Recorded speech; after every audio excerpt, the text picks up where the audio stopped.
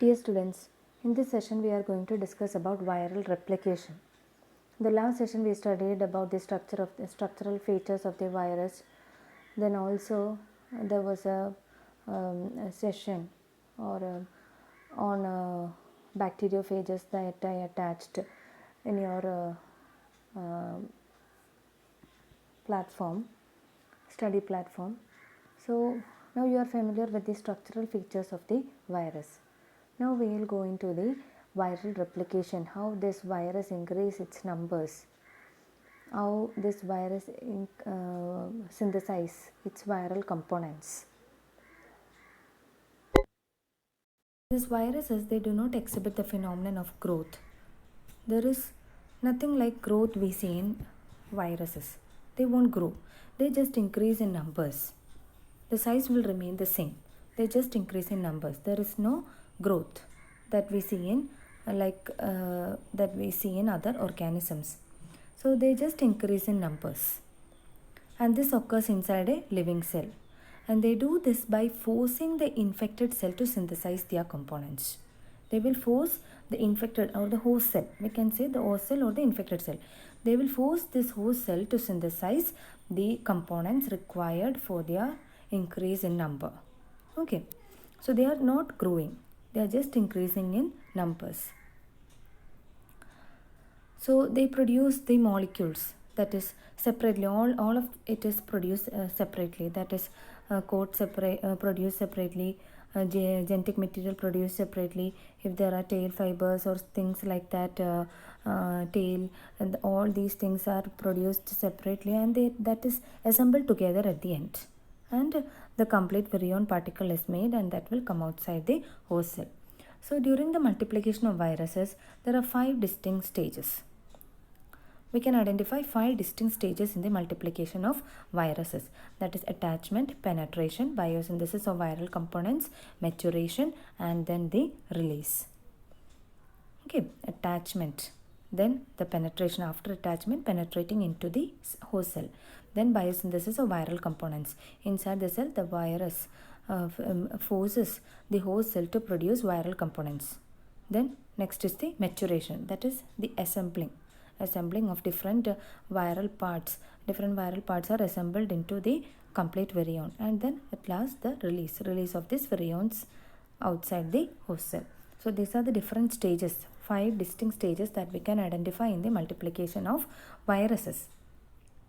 So attachment and penetration, that is the first stage, attachment and penetration.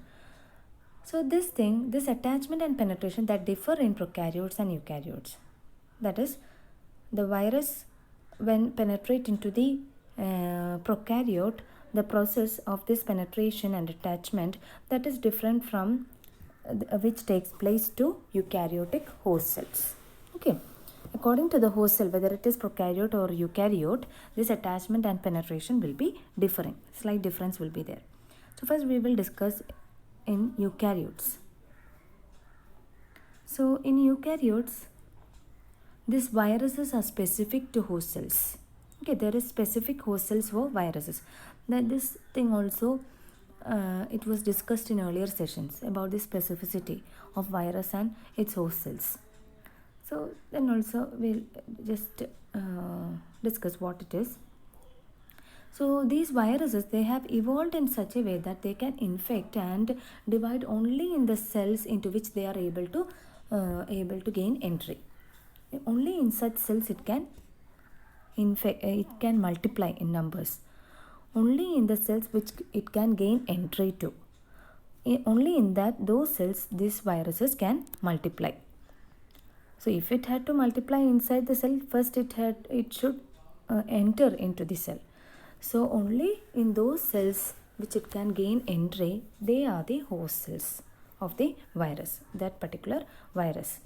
For example, in the case of hepatitis virus, it can infect and multiply only inside hepatocytes of the liver, not in any other cells. Okay, so that is the specific host of this hepatitis virus.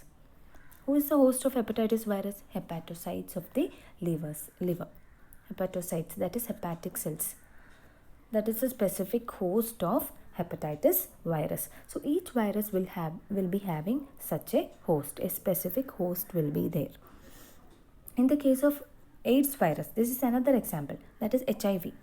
It infects CD4 T cells of the immune system, not any other cells. It is infecting the CD4 T cells of the immune system. So this means the virus has to first recognize its host cell, and it need to gain entry into the host cell. Okay, so there will be so many cells surrounding the virus, and this virus need to identify its specific host cell. Only then it will be able to gain entry. And how this identification takes place, how this is identifying or recognition, how this is recognizing its host cell, it is achieved by identifying specific proteins on the host cells. On the host cells, on the plasma membrane, there will be specific proteins which is projecting outwards, these proteins, and these viruses recognize these proteins. So hepatocytes may be having one particular type of proteins projecting outwards. Another cell will be having, for example, blood cell will be having some other proteins. Okay, it won't be the same for all the proteins. The structural peculiarities, that the presence of proteins on the cell membrane outside, on the outer surface, it won't be same for all the cells. It will be differing from cell to cell. So this virus will identify the proteins over the cell surface of the host cell and then gain entry into it. So these specific proteins on the host cells are known as receptors. They are known as receptors. So in turn, in this, viruses are having certain proteins on the viral surface to identify these receptors. Okay, that is also there. These viruses are having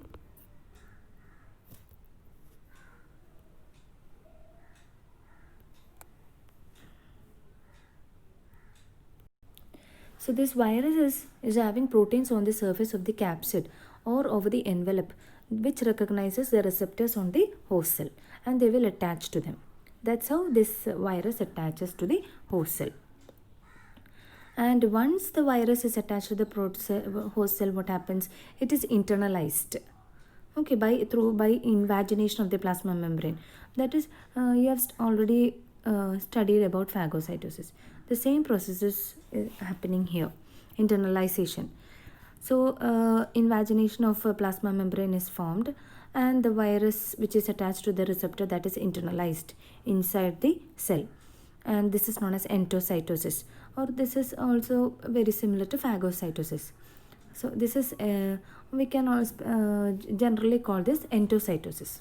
Phagocytosis is one form of endocytosis, and here the endosomal vesicle is formed, and specifically we can say a phagosome is formed. Okay, so an endosomal vesicle is formed. Now this virus is inside the host cell with a membrane covering it. Now what happens? The envelope and the capsid get digested by the enzymes of the host cell, and the virion is released into the cytoplasm, and this virion is capable of infection. Okay, this is in the cytoplasm now. Now, in certain cases, the envelope just diffuses when there is envelope only. In certain viruses, there is envelope. So in such cases, this envelope just fuses with the plasma membrane of the host cell. Okay, this envelope fuses with the plasma membrane of the host cell, and the virus is released into the cell. So that is, in such cases, it is more easy for the virus to penetrate into the host cell. Now in the case of prokaryotes, that is mostly bacteria. And who is infecting bacteria? Which virus is infecting bacteria? Bacteriophages only. Bacteriophages are those viruses which infect bacteria. So here we need to talk about only bacteriophages. And these bacteriophages are having a tail, and tail with tail plate. So for some there will be tail plate as well as tail fibers will be there. In certain cases only tail will be there. So different types of bacteriophages are there. And here the bacteriophages which infect bacteria, the attachment to the bacterial plasma membrane is through the tail fibers. They will attach to the bacterial plasma membrane with the tail fibers. And after attachment, what happens? They release lytic enzymes onto the plasma membrane. Lytic enzymes are released, and these enzymes dissolve that particular part of the plasma membrane of the bacteria, to which that is the part where this virus has attached, and there a hole is punched. Okay, these enzymes degrade that portion, and now a hole is created, and through this hole viral genetic material is injected into the cytoplasm by the contraction of the tail. The tail will contract, and this genetic material alone is injected into the bacteria.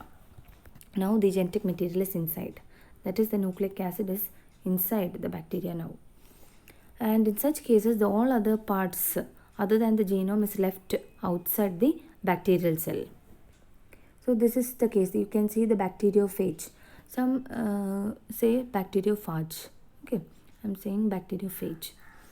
So you can see this is the part of the bacterial cell. A part of the bacterial cell is shown here. You can see the bacterial cell wall, bacterial cell membrane, bacterial cell cytoplasm, and the bacteriophage attached to the cell wall and the cytoplasm.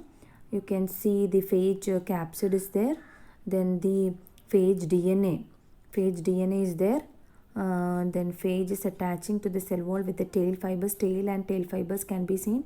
With the tail fibers it is attached, and the one copy of the DNA is injected into the cell, into the bacterial cell by the contraction of the tail. So only the genetic material is entering into the bacterial cell. All other parts remain outside the bacterial cell in such cases. Now biosynthesis of viral compounds. So we discussed the attachment and penetration in eukaryotes and prokaryotic host cells. Now it is the biosynthesis of viral components. Next is biosynthesis of viral components. So attachment and penetration over. Now the viral components should be synthesized. That is the next step. And this occurs in two steps. That is, in first one, the integration of viral genetic material into the host genome, and the second one, transcription and translation of viral components. So first one, it should integrate into the host genome. Then the transcription and translation of the viral components happen. Then after that, there is the maturation, that is assembling. Assembling the viral components is known as the maturation. After maturation, there is the release. Okay. Now after release is the last step in the multiplication of virus. The process of increase in number of the virus, multiplication of virus, the release of the viral components, the newly synthesized viral components is the last stage. So we'll look into the first stage, that is in the biosynthesis stage. The first one, that is integration of the viral genetic material into the host genome. So once the virus gain entry into the cell, its aim, after gaining entry into the cell, what is its aim? Its aim is to synthesize its components. That is the viral components need to be synthesized. Several copies of capsid, several copies of its genetic material should be synthesized. Only then it can increase the number of the copies of this virus.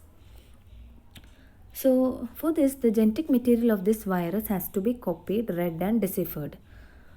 And according to the type of viral genome, that is whether it is RNA or DNA, the viral genome may or may not get integrated into the host genome.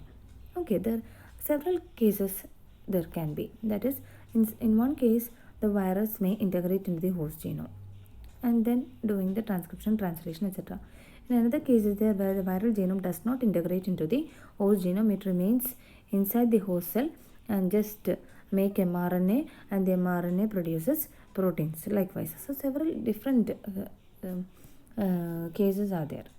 So it may or may not get integrated into the host genome. All DNA viruses, when the viral genetic material is DNA, in such case they will integrate their genetic material into the host genome. Okay, all DNA virus integrate their genetic material into the host genome. In the case of viruses that have RNA, that is RNA viruses, most of them produce a complementary DNA, okay, cDNA. From this RNA, a complementary copy is produced, which is a DNA. A complementary DNA copy is produced, that is known as cDNA. And the enzyme which is helping to produce this complementary DNA copy from RNA is known as reverse transcriptase. Okay, and this reverse transcriptase is found only in such viruses which is having RNA as their genetic material. And with the help of this enzyme, reverse transcriptase, a complementary DNA is synthesized. And then this DNA integrates into the host genome. Okay, the, the one that we discussed earlier is in the case of DNA viruses. They are already having the DNA as genetic material, so they directly integrate into the host genome. But when RNA is present as the genetic material, they first produced a complementary DNA copy with the help of reverse transcriptase, and that cDNA integrate into the host genome. And these type of viruses are known as reverse transcribing viruses or retroviruses. Example is AIDS virus, HIV. Then, in the case of eukaryote and prokaryote, there is a difference. The viral genome which is integrated into the eukaryote host is known as provirus, and which is incorporated into the prokaryote host is known as prophage. Okay, the terms are different. Provirus and prophage. Next is transcription and translation of viral components. So once the DNA is integrated, what happens? The replication machinery of the host is hijacked by the virus now. Now everything is under the control of the virus, and virus will start making the copies of its components, that is viral components. That is different. Several copies of its capsomeres are produced, and this capsomeres assemble and form the capsid. Then several copies of its genetic material is produced, and later this into the capsid the genetic material is injected. That is, it is assembled into the capsid. This genetic material of this virus is assembled, and later the cell burst, and these viral components are assembled viral particles are released outside. So the viral genome uses host replication, transcription, translation machinery to synthesize its proteins. Okay, it cannot do by its own. It will depend on the host. It will hijack the host machinery. Host metabolic as well as replication machinery is hijacked by this viral genome, and it used the host replication, transcription, translation machinery to synthesize its own components or the proteins. And these proteins are synthesized in a particular order in which they are needed by the virus. Means which proteins are required earlier, those proteins are produced first, and which proteins are required later, those proteins are produced later. Okay, that is, the genes are activated accordingly, and accordingly there are these early genes and late genes. That is, those genes which are activated early are known as early genes. That is, in the first part of the biosynthesis, those genes are known as early genes, and those genes which are activated at the later part of the biosynthesis is known as the late genes. And once proteins are produced, they are the host proteins. Once the first proteins are produced, that is, most of them will be enzymes.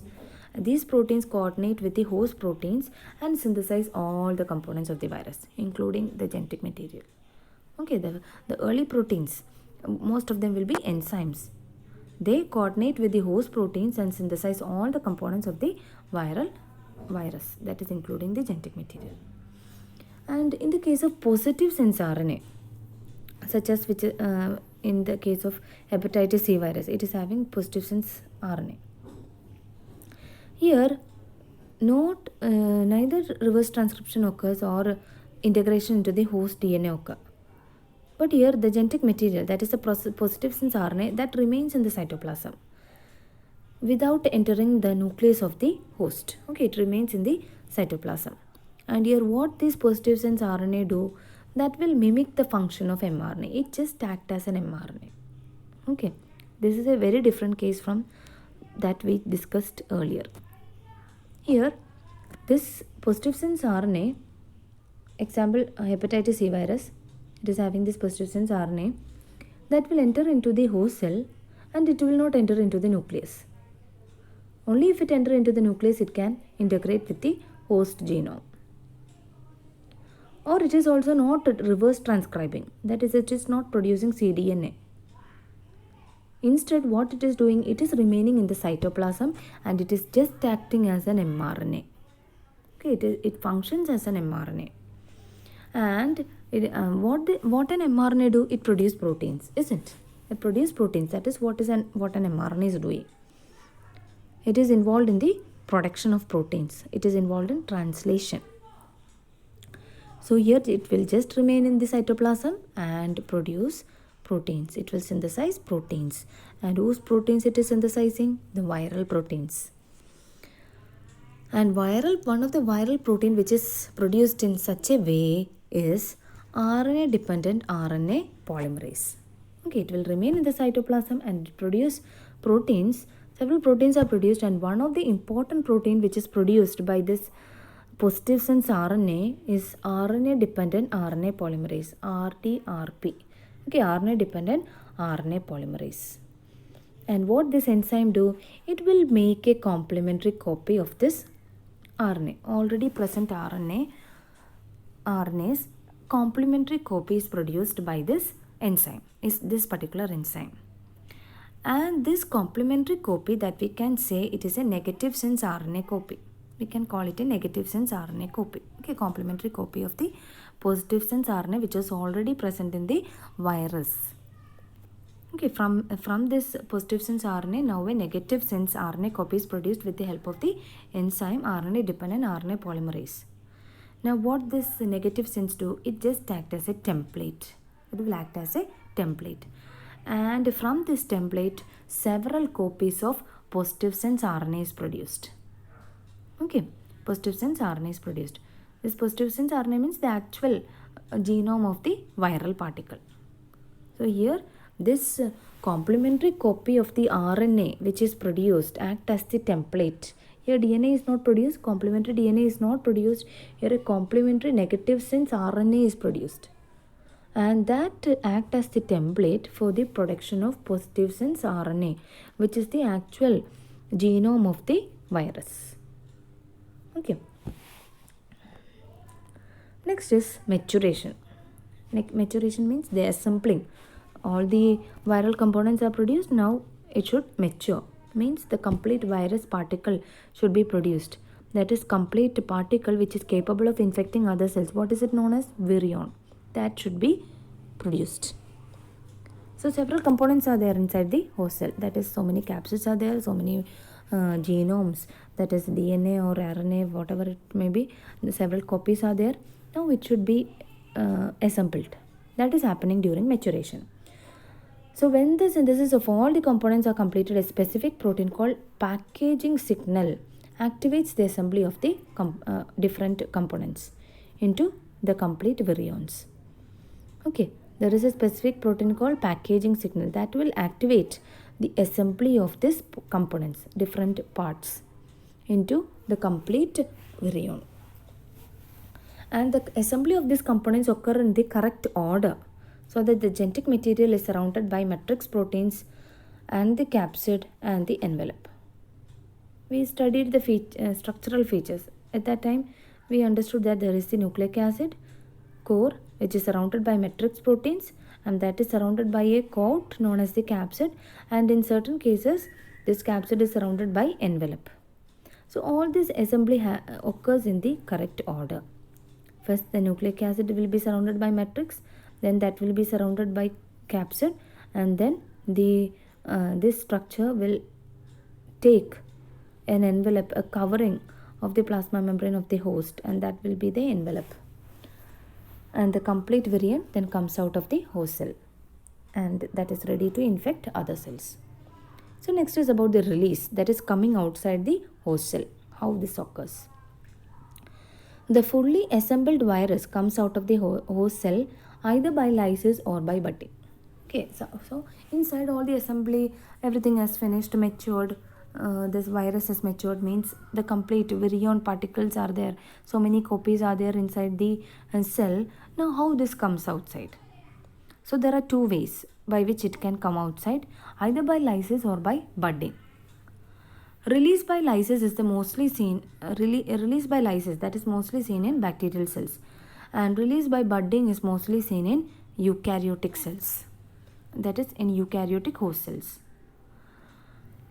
So lysis of bacterial cell that is situated by an enzyme known as lysozyme. This lysozyme that will dissolve the bacterial cell wall, and what happens? The cell will just lyse, and the virions inside the bacterial cell is released outside. Now here there is a complete destruction of the cell, and this is known as lytic phase. This is lytic phase, means the lysis of bacteria is occurring, and the bacteria as a whole is destroyed, and the virions have come outside. This is known as lytic cycle. But sometimes what happens is these bacteriophages which infect the bacteria, they will remain incorporated in the DNA. They are not showing any activity. They just incorporated into the DNA, and while the DNA of the bacteria is replicating, this is also replicating along with the bacterial genome. Other than that, it is not active. It will remain dormant, or it will remain in a latent phase. Okay, means it is not transcribing any phage. Any of the viral genes are not transcribed. It is just multiplying along with the bacterial genome. Here repressor proteins will be produced by the viruses, that is here in this case bacteriophages, and this repressor proteins will keep all the genes silent. It is not activated, and this phase of this virus is known as the latent phase, and this is specifically known as lysogenic phase. Okay, this is known as lysogenic phase, and at any point the virus can come into the active phase. Okay, virus which is remaining in this lysogenic phase, that is in the latent or dormant phase, at any point it can become activated, and it can carry out the lytic phase. Lytic phases, it will multiply, may synthesize all its components, then the assembly occurs, and the virions are produced, and the bacteria lyse, and everything come outside. That is the lytic phase.